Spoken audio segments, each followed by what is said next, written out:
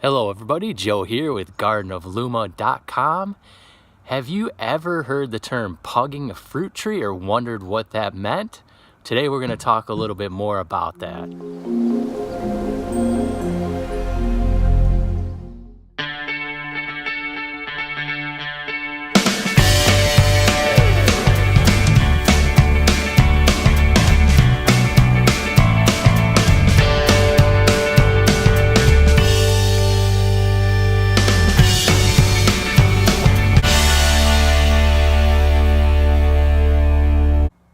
Alright, so in a minute here, we're going to take a look at my jujube tree and I'm going to show you exactly how and where I pugged this fruit tree initially when I planted it back in 2016. So things like plums, apricots, apples, jujubes, cherries, stone fruit trees, those types of trees are often sold as bare root fruit trees. And so in the late winter months, nurseries will uproot these trees and ship them out without the soil, so without like a pot and soil that you normally buy fruit trees. And this is done because it's very easy to ship them this way. The trees are dormant, so they aren't actively growing. And so, you know, it's easier to move these trees around. They're a lot lighter to carry than the weight of a pot and soil. So that's why these trees are often sold as bare root trees. Keep in mind, when you uproot a fruit tree, you are losing some of those roots down below. You know, you're severing a few of those roots. So you don't have as much of that root system left when you pull it out of the ground. And so oftentimes these bare root trees become a little bit out of balance. So the top still has all that top growth that it had when it was in the ground, but it doesn't now have the root system to sustain all that top growth. So a good rule of thumb at least is to prune back some of that top growth when you get a bare root tree.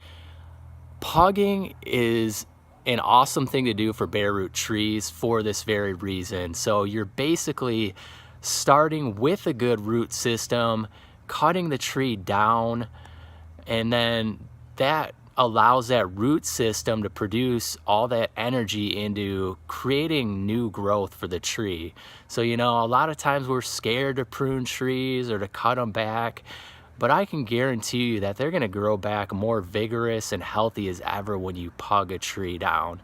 And so what I mean by pugging a fruit tree is cutting it about knee height when you plant it. And so oftentimes when you make a cut, for those of you guys that have done some pruning or whatever, you will know that when you cut, usually shoots come off of that cut. So you'll have, you know, 2 or 3 shoots that come off of that, right at that area where you cut.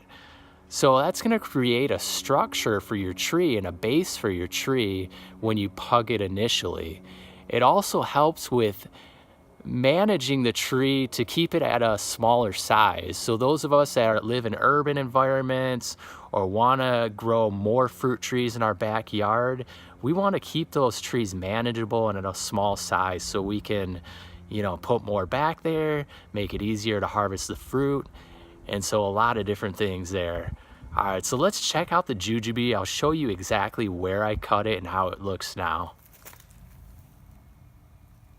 All right, so here's my jujube tree here, and it is dormant right now. We are in the winter months, and you can kind of see the bend here off of this trunk.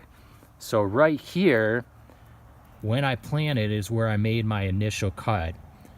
And so it's hard to tell in the camera here, but this is about 2 feet off the ground. So about knee height is what they say to do.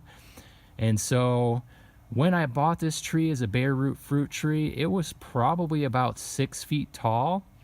So it is difficult to make that initial cut, but it's definitely well worth it. So like I said, I planted it, I cut it here, and it was just a stick in the ground. Now this tree, 2 years later, as I step back, this tree is huge. It's probably about 13 foot tall. And as you can see right there is where I pruned last winter. So this is what I was talking about here. Usually when you make a pruning cut, you get several branches or shoots that come off of that initial cut. So this helps to build a structure for your trees